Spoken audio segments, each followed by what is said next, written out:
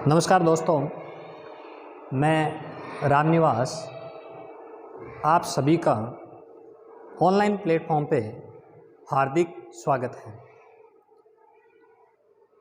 आज अपन जो चर्चा करेंगे जनरेशन ऑफ है कंप्यूटर की पीढ़ियाँ, क्योंकि अपन पीछे जो टॉपिक है वो अपन कवर अप कर चुके हैं। Introduction of computer, block diagram of computer, ये टॉपिक अपन पहले जूम ऐप पे कर चुके हैं। आज अपन जो चर्चा करेंगे, नेक्स्ट जो टॉपिक रहेगा वो ये रहेगा जनरेशन ऑफ है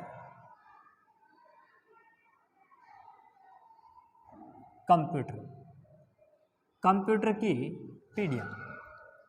यहाँ से काफ़ी एग्जाम में क्वेश्चन पूछे जाते हैं और बहुत ही अच्छे अच्छे क्वेश्चन पूछे जाते हैं। ऐसा कोई एग्जाम नहीं होगा जहाँ यहाँ से क्वेश्चन नहीं पूछा जाए।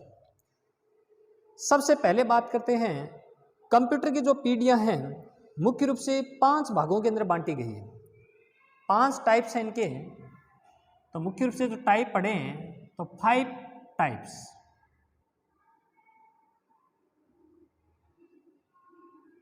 ऑफ है कंप्यूटर जनरेशन।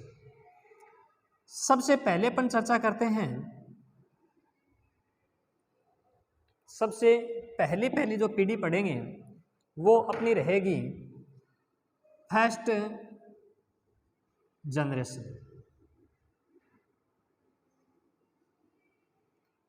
नेक्स्ट जो चर्चा करेंगे जिनका नेम है सेकंड जनरेशन। नेक्स्ट जो चर्चा करेंगे थर्ड जनरेशन। नेक्स्ट बात करेंगे fourth generation. Next fifth generation.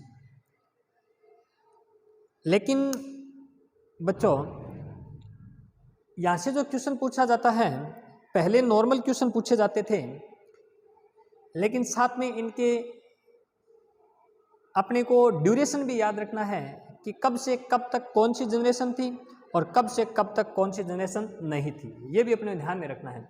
लेकिन अब कईयों को कन्फ्यूजन होगा कि आप अलग अलग बुकें पढ़ोगे तो अलग अलग बुकों के अंदर इनका जो सन है वो अलग अलग दिया हुआ है, लेकिन यहाँ पे जो मैं सन बताऊंगा वो बिल्कुल ऑथेंटिक सन होगा, क्योंकि यहाँ पे जो सन बताया जा रहा है वो एनसीईआरटी की जो बुकें होती हैं, राजस्थान बोर्ड की जो बुकें हैं, वहाँ से लिए गए सन है, और वो जो सन है वो बिल्कुल क्या माने जाते हैं, ऑथेंटिक माने जाते हैं। तो सबसे पहले मैं चर्चा करता हूँ फर्स्ट जनरेशन कब से कब तक थी। तो ये क्वेश्चन बहुत ही अच्छा है, बहुत ही इंपॉर्टेंट है। तो 1942 1955 जो जनरेशन है वो कौन सी जनरेशन आती है, फर्स्ट जनरेशन। सेकंड जनरेशन की बात करता हूँ 1955 टू 1964 कौन सी जनरेशन आती है, सेकंड जनरेशन। इसके बाद मैं आगे जो चर्चा करता हूं थर्ड जनरेशन की 1964 टू 1975।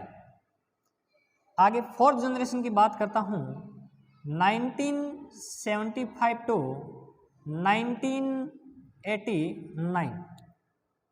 लास्ट जनरेशन की बात करता हूं 1989 टू टिल नाउ। अभी तक जो जनरेशन चल रही है वो कौन सी चल रही है, अपनी फिफ्थ जनरेशन चल रही है।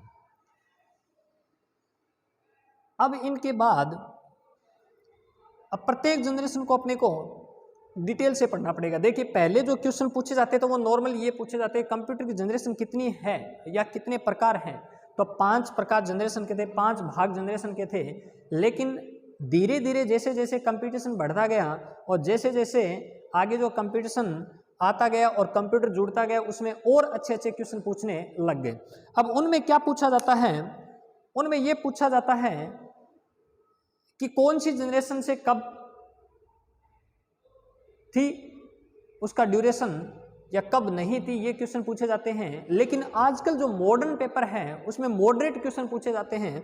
और मॉडरेट टाइप के क्वेश्चन किस प्रकार के होते हैं, जैसे मान लो ये पूछ लेते हैं कि इनमें से कौन सा कंप्यूटर प्रथम पीढ़ी का है या नहीं है, या फिर इनमें से कौन सा कंप्यूटर सेकेंड जनरेशन का है या नहीं है। इस प्रकार के क्वेश्चन पूछे जाते हैं। और जो कंप्यूटर्स है वो कब बनाया गया था और किसके द्वारा बनाया गया था, ये सारी चीज़ें अपन चर्चा करते हैं सेकेंड जनरेशन के डिटेल में।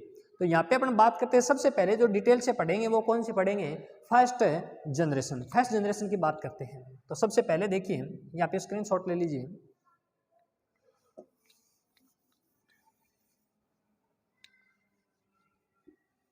और एक चीज बता देता हूं, कोई भी कंपटीशन का एग्जाम देना, उसमें इससे क्वेश्चन 101% आएगा ही आएगा। इसके बाद अपन बात करते हैं फर्स्ट जनरेशन। फर्स्ट जनरेशन, अब मैंने आपको बताया था फर्स्ट जनरेशन कब से कब तक थी, तो ध्यान रखना 1942 से 1955 तक फर्स्ट जनरेशन थी। लेकिन इसके अलावा जो क्वेश्चन पूछे जाते हैं कि फर्स्ट जो जनरेशन थी, प्रथम जो पीढ़ी थी, वो किस पे आधारित थी, तो ध्यान रखना ऑन बेस्ड, किस पे आधारित थी, तो ध्यान रखना यहाँ पे बात करते हैं ये वैक्यूम ट्यूब पे थी। किस पे थी, वैक्यूम ट्यूब पर आधारित थी। लेकिन क्वेश्चन ये बनता है, पिछली बार जो कांस्टेबल का पेपर हुआ था उसमें भी क्वेश्चन पूछा गया था, वैक्यूम ट्यूब का इन्वेंटर कौन था या इन्वेंटेड कौन था, आविष्कारक कौन था, तो ध्यान रखना। और कब इन्वेंटेड किया गया, ये क्वेश्चन पिछली बार एग्जाम में पूछा गया है, तो ध्यान रखना वैक्यूम ट्यूब को 1904 के अंदर इनको डेवलप किया गया था या इन्वेंट किया गया था इस वैक्यूम ट्यूब का। और किसके द्वारा इन्वेंटेड किया गया ये भी ध्यान रखना है, तो इन्वेंटेड बाय एक इंजीनियर का नाम आता है, एक वैज्ञानिक का नाम आता है, और उसका नाम क्या है, John Ambrose. John Ambrose Fleming के द्वारा क्या किया गया था, भी इनको डेवलप किया गया था। अब बात आती है कि जो फर्स्ट जनरेशन थी इसके अंदर लैंग्वेज कौन सी है, किस लैंग्वेज का उपयोग किया गया, कौन सी भाषा का उपयोग किया गया, प्रथम पीढ़ी के अंदर किस भाषा का उपयोग किया गया। तो यहाँ पे बात करते हैं, यहाँ पे मुख्य रूप से दो प्रकार की लैंग्वेज काम में आई थी। एक तो कौन सी है, जिसको अपन बोलते हैं मशीनी लैंग्वेज। एक तो कौन सी आती है, मशीनी लैंग्वेज, और एक जो लैंग्वेज है वो कौन सी आती है, असेंबली लैंग्वेज। असेंबली लैंग्वेज, ये दो मुख्य प्रकार से लैंग्वेज काम आती हैं, और दोनों ही जो टाइप है ये ध्यान रखना कौन सी लैंग्वेज के माने जाते हैं, लो लेवल लैंग्वेज। लेकिन जो कंप्यूटर है वो ओनली फॉर किस लैंग्वेज को समझता है, मशीन लैंग्वेज को समझता है, या फिर जिसको बोलते हैं बाइनरी लैंग्वेज। लेकिन साथ में जो लैंग्वेज यहाँ पे इस प्रथम पीढ़ी के अंदर जो लैंग्वेज यूज में ली गई थी वो कौन सी थी, असेंबली लैंग्वेज। यहाँ पे चर्चा करता हूँ, मशीनी लैंग्वेज का मीन्स क्या होता है कि जिसमें ओनली फॉर जो लिखा जाता है 10110001, इस प्रकार से जो लिखा जाता है, या ओनली फॉर कंप्यूटर अंडरस्टैंड करता है, वो लैंग्वेज कौन सी होती है, मशीनी। असेंबली लैंग्वेज कौन सी होती है, वह लैंग्वेज जिसमें मशीनी लैंग्वेज तो हो ही हो, लेकिन इसके साथ न्यूमेरिक्स कोड को काम में लिए जाते हैं या सिंबॉलिक्स जो काम में आते हैं वो लैंग्वेज कौन से होते हैं? असेंबली। तो कहने का मीन्स असेंबली लैंग्वेज की परिभाषा पूछे या डेफिनेशन पूछे तो मीन्स क्या हुआ कि मशीनी प्लस और न्यूमेरिक्स कोड या फिर क्या बोल सकते हैं सिंबॉलिक जो कोड्स काम में आते हैं, सिंबॉलिक कोड। अब सिंबॉलिक कोड कौन कौन से होते हैं? अब बात करते हैं सिंबॉलिक कोड कौन कौन से होते हैं। जैसे मान लीजिए एडिशन के लिए अपन कौन सा सिंबॉलिक या न्यूमेरिक्स कोड यूज में लेते हैं? ऐड यूज में लेते हैं। जैसे घटाव के लिए या सबट्रैक्शन के लिए अपन किस प्रकार के सिंबॉलिक या न्यूमेरिक्स कोड को काम में लिया जाता है? सब। इसके अलावा डिवीजन के अंदर अपन किस न्यूमेरिक्स कोड का उपयोग किया जाता है? डिव का। तो इस प्रकार के जो अपन सिंबल्स यूज में लेते हैं और साथ में बाइनरी को यूज में लिया जाता है तो वो लैंग्वेज कौन सी कहलाती है? असेंबली लैंग्वेज कहलाती है। लेकिन अब बात आती है इसके अंदर 3 नंबर। 1 नंबर तो बात ऑन बेस्ड मतलब किस पे आधारित है? तो वैक्यूम ट्यूब पे आधारित है प्रथम पीढ़ी के कंप्यूटर। लैंग्वेज कौन सी काम आती है? तो कौन सी लैंग्वेज काम आती है? मशीनी लैंग्वेज और असेंबली लैंग्वेज को यूज में लिया जाता है। लेकिन इनके अलावा मैं चर्चा करता हूं कि जो फर्स्ट जनरेशन है उसके अंदर लैंग्वेज की बात की तो मशीनी लैंग्वेज बताई आपने और कौन सी बताई? Assembly language. लेकिन मैं और इसमें बात करता हूं कि जो फर्स्ट जनरेशन है इसके अंदर कौन कौन से कंप्यूटर काम में आते हैं। ये बहुत ही अच्छा क्वेश्चन है और बहुत ही शानदार। लेकिन इससे एक अच्छा और क्वेश्चन बनता है कि फर्स्ट जनरेशन के अंदर 3 नंबर में बात करता हूं इसके अंदर इनपुट और आउटपुट के लिए, इनपुट और आउटपुट के लिए पंच कार्ड का उपयोग होता था। किसका उपयोग होता था? पंच कार्ड का उपयोग किया जाता था। Used for input output punch card in this language. ठीक है, तो ध्यान रखना इनपुट आउटपुट के लिए पंच कार्ड का उपयोग होता था फर्स्ट जनरेशन के अंदर। लेकिन आगे मैं चर्चा करता हूं कि इसके अंदर कौन कौन से कंप्यूटर काम में आते थे, उनकी मैं चर्चा करता हूं। तो सबसे पहले आप इतना स्क्रीनशॉट ले लीजिए, उसके बाद आगे चर्चा करते हैं। ध्यान रखना ये क्वेश्चन बहुत इंपॉर्टेंट है। वैक्यूम ट्यूब कब बनाई गई थी, कब इनको इन्वेंटेड किया गया था? 1904 को। किसके द्वारा इन्वेंटेड किया था भाई? जोहान एम्ब्रोस फ्लेमिंग के द्वारा क्या किया गया था? इन्वेंटेड किया गया था। और अगर बात करें पंच कार्ड का किस पीढ़ी के अंदर उपयोग होता था, तो ध्यान रखना फर्स्ट जनरेशन के अंदर पंच कार्ड का उपयोग किया गया था। तो used in first generation for input output के लिए अपन बात करते हैं तो पंच कार्ड का उपयोग किया गया था।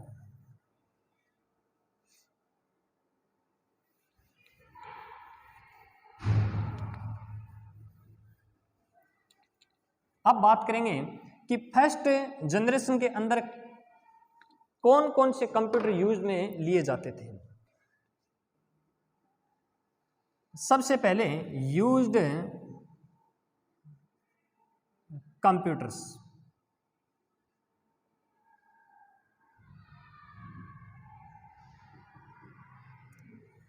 यहां पे बात करते हैं एनिएक। 2 नंबर चर्चा करता हूं एडसेक। 3 नंबर चर्चा करता हूं एडवेक। 4 नंबर चर्चा करता हूं यूनिवेक। 5 नंबर चर्चा करता हूं मार्क फर्स्ट। 6 नंबर चर्चा करता हूं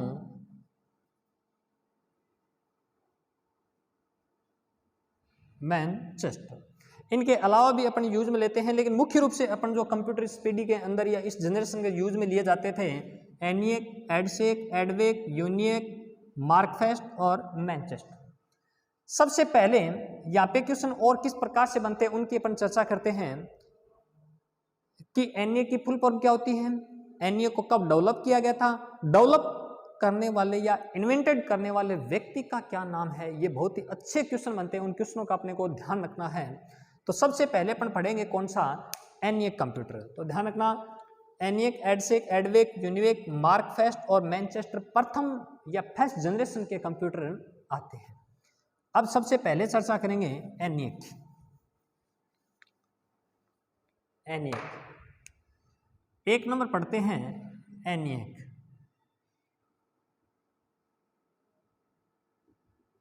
सबसे पहले एनिएक की फुल फॉर्म क्या होती है? इनकी फुल फॉर्म क्या होती है, लेकिन इनको कब डेवलप किया गया था और साथ में इन्वेंटेड बाय। तो फुल फॉर्म की बात करता हूं एनिएक की। ई फॉर क्या होता है? इलेक्ट्रॉनिक। एन फॉर क्या होता है? न्यूमेरिक।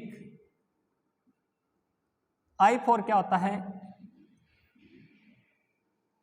इंटीग्रेटर। और ए फॉर क्या होता है? एंड। और सी फॉर क्या होता है? कंप्यूटर। ये चीज ध्यान रखना है, electronic, numeric, integrator and computer. लेकिन आप एनसीईआरटी की बुक पढ़ोगे तो वहां पे आपको क्या दिया हुआ मिलेगा? कैलकुलेटर। वहां पे आपको कैलकुलेटर दिया हुआ मिलेगा। एग्जाम में अगर कंप्यूटर ऑप्शन में नहीं होता है तो अपने को कौन सा करना है? कैलकुलेटर। अब इसके बाद चर्चा करते हैं इनको कब डेवलप किया गया था। तो ध्यान रखना है, इन 1943 टू 1946 में क्या किया गया था? इनको डेवलप या इन्वेंटेड किया गया था। स्टार्ट कब कर दिया गया था? भी 1943 के अंदर। लेकिन इन्वेंटेड बाय किन के द्वारा इनका आविष्कार किया गया था? उस व्यक्ति के नाम अच्छे से ध्यान रखना है। तो यहाँ पे दो व्यक्ति आते हैं, दो इंजीनियर्स आते हैं, जिनका सबसे पहले अपन बोलते हैं JP Eckert and John Mauchly. अब कईयों को ये भी दिक्कत आती है क्योंकि कई बार एकर्ड नहीं मिलता है, वहां पे जेपी का फुल फॉर्म पूछा है। जेपी का मीन्स क्या होता है? जोहान और प्रेस पर। पी का मीन्स क्या होता है? प्रेस पर। इस पी का ध्यान रखना, पी का मीन्स होता है प्रेस पर। जोहान प्रेस पर एकर्ड एंड जोहान मोचली के द्वारा क्या किया गया था? अभी एनिएक कंप्यूटर का इन्वेंटेड किया गया था। लेकिन आगे क्वेश्चन ये बनता है कि जो एनिएक कंप्यूटर था वो विश्व का सबसे पहला इलेक्ट्रॉनिक कंप्यूटर माना जाता है। तो ये काफी बार एग्जाम में पूछा गया है, वर्ल्ड का सबसे पहला, विश्व का सबसे फर्स्ट। तो first electronic computer, first electronic computer किसे कहा जाता है? एनिएक। ये कहानी आई है किसकी? एनिएक की। तो ENIAC electronic, numeric, integrator and computer या फिर calculator in 1943-1946 invented by JP Eckert and John Mauchly. First electronic computer ENIAC को कहा जाता है। 2 नंबर चर्चा करते हैं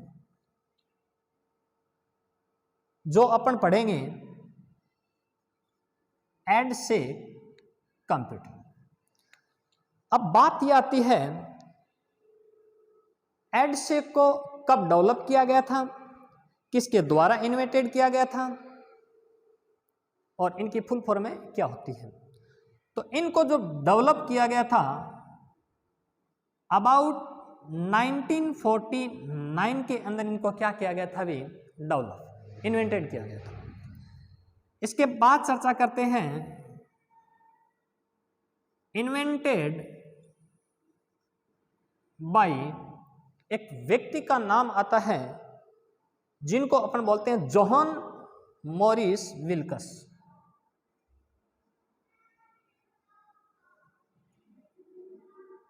जोहान मॉरिस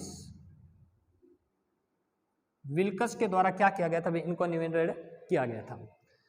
अब इनके बाद आगे चर्चा करते हैं एडसेक के बाद जो 3 नंबर अपन जो कंप्यूटर पढ़ रहे थे वो कौन सा था भी, जिसको अपन बोलते हैं एडवेक। लेकिन यहाँ पे एक क्वेश्चन और अपना बचता है कि एडसेक का फुल फॉर्म क्या होता है, एडसेक का फुल फॉर्म में क्या होता है, उनके अपन चर्चा करते हैं। तो सबसे पहले, क्योंकि काफी बार एग्जाम में ये चीज पूछी जाती है, एडसेक का तो ई for electronic, D for delay, S for storage and A for automatic और सी फॉर कंप्यूटर। ये अपन बात करते हैं एडसेक की फुल फॉर्म। तो यहाँ से बहुत ही अच्छे क्वेश्चन पूछे जाते हैं कि कब डेवलप किया गया, किन के द्वारा डेवलप किया गया, इसकी फुल फॉर्म क्या होती है, ये क्वेश्चन पूछे जाते हैं। लेकिन इनके बाद आगे अपन चर्चा करते हैं एडसेक के बाद जो नेक्स्ट अपन चर्चा करेंगे एडवेक कंप्यूटर की। तो सबसे पहले इनका स्क्रीनशॉट ले लीजिए, आगे चर्चा करेंगे नेक्स्ट। समझ में तो आ रहा है ना, कोई प्रॉब्लम तो नहीं है ना किसी को? और पुराने वाले वीडियो देख रहे होंगे अच्छे से, कोई दिक्कत वाली बात नहीं है। चलो, क्योंकि देखिए आपके आगे सूचना सहायक की भी वैकेंसी आ रही है, प्रोग्रामर की भी वैकेंसी आ रही है, इनके अलावा कंप्यूटर अनुदेशिकी संस्कृत विभाग में जो वैकेंसी आ रही है उन सभी के लिए मैं बता देता हूँ ये क्लास बहुत इंपॉर्टेंट रहेगी। और वैसे आपको पता ही है, जो पुराने वाले हैं, जो बच्चे हैं वो देख रहे हैं, उनको पता है, अच्छे से जानते हैं वो, तो आपको भरपूर इस क्लास का फायदा उठाना चाहिए। और जो भी पीजीडीसीए में है या बीसीए में है या एमएससी में है या फिर किसी भी प्रकार के कोई तैयारी कर रहा है, तो उनके लिए फंडामेंटल ऑफ कंप्यूटर वाली, अभी अपन ऑर्गेनाइजेशन की बात करें, उसके बाद आगे और पढ़ेंगे, नेटवर्किंग की क्लास लेके आऊँगा, इसके अलावा लैंग्वेज की क्लास लेके आऊँगा, इन सब्जेक्टों की अपन क्लास लेके आएंगे। आराम से एंजॉय कीजिए आप क्लास के साथ। चलो नेक्स्ट 3 नंबर चर्चा करते हैं अपन एडवेक कंप्यूटर की। समझ में तो आ रहा है? ओके, चलो उम्मीद करता हूं सभी को अच्छे से समझ में आ रहा होगा। देखिए कंप्यूटर के अंदर जितनी भी क्लासें होंगी मैं सभी की सभी ऑनलाइन फ्री ऑफ कॉस्ट में लेके आने वाला हूं। अब बात करते हैं 3 नंबर। 3 नंबर जो चर्चा करते हैं वो बात करते हैं एडवेक। सबसे पहली बात, एडवेक को कब डेवलप किया गया था, क्यों डेवलप किया गया था और किसके द्वारा डेवलप किया गया था, और इसकी फुल फॉर्म क्या होती है, ये बहुत ही अच्छे क्वेश्चन पूछे जाते हैं। सबसे पहले इनको डेवलप कब किया गया था भी 19 अबाउट, देखिए इनके जो ईयर्स है या सन है वो अबाउट में चलेंगे, क्योंकि एनसीईआरटी में अबाउट में दिए हुए हैं, तो अपने को चलना है 1946 से कब तक, तो 1952 में क्या किया गया था भी, एडवेक का इन्वेंटेड किया गया था। लेकिन इनकी फुल फॉर्म की बात करता हूं, इसकी फुल फॉर्म क्या होती है, तो फुल फॉर्म की बात करता हूं तो ई फॉर क्या होता है भी, इलेक्ट्रॉनिक, ई फॉर क्या होता है इलेक्ट्रॉनिक, और डी फॉर क्या होता है डिस्क्रीट, और वी फॉर क्या होता है वेरिएबल,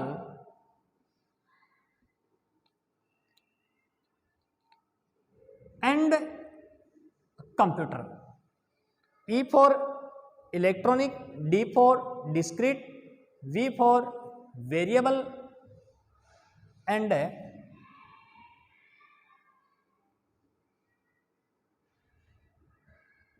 कंप्यूटर। लेकिन एक चीज ध्यान रखना, एंड की जगह पे आपको कई जगह पे क्या मिलेगा भी, ऑटोमेटिक बी मिलेगा, ये भी अच्छे से ध्यान रखना है। अब आगे चर्चा करते हैं इन्वेंटेड बाय। इन्वेंटेड बाय किन के द्वारा इनको डेवलप किया गया है, मतलब किन के द्वारा इनका आविष्कार किया गया है। यहां पे भी 2 व्यक्ति आते हैं, वही आएंगे JP Eckert and John Mauchly. इनके द्वारा क्या किया गया भी, इनको डेवलप किया गया। इसके बाद 4 नंबर में चर्चा करता हूं, एडवेक के बाद यूनिवेक।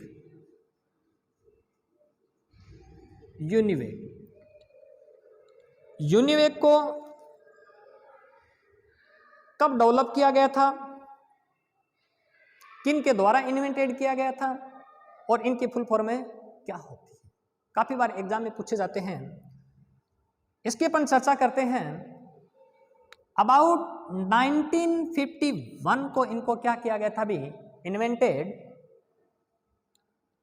इनकी जो फुल फॉर्म होती है UNI, यूनिक भी बोल सकते हो, और साथ में क्या बोल सकते हो, इनको ध्यान रखना, यूनिवेक भी बोल सकते हो।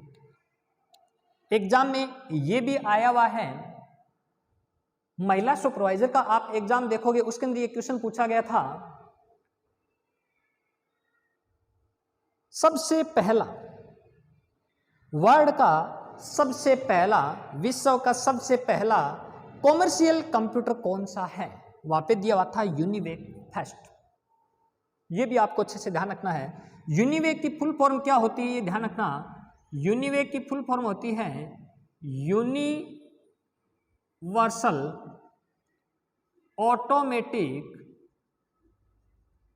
यूनिवर्सल ऑटोमेटिक और C फॉर कंप्यूटर।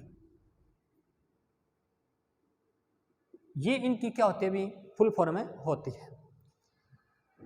लेकिन इन्वेंटेड बाय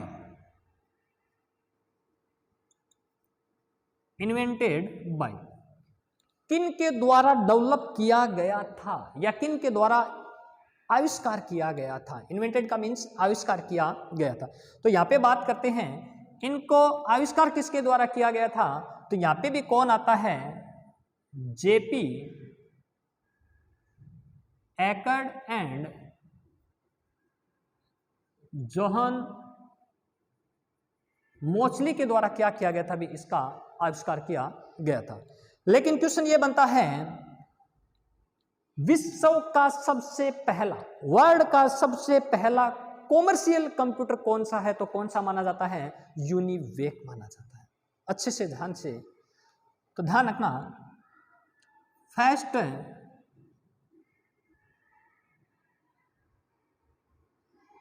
कॉमर्शियल कंप्यूटर कौन सा है, यूनिक, या फिर अपन क्या बोल सकते हैं, यूनिवेक बोल सकते हैं। दोनों एक ही चीज है, ठीक है। यूनिवेक या यूनिक फर्स्ट, ये ध्यान रखना, बहुत ही अच्छे क्वेश्चन बनते हैं। इसके बाद अपन आगे चर्चा करते हैं मार्क फर्स्ट। मैं मार्क फर्स्ट की बात करता हूं। इनको कब डेवलप किया गया था या इन्वेंटेड किया गया था, और किसके द्वारा इन्वेंटेड किया गया है।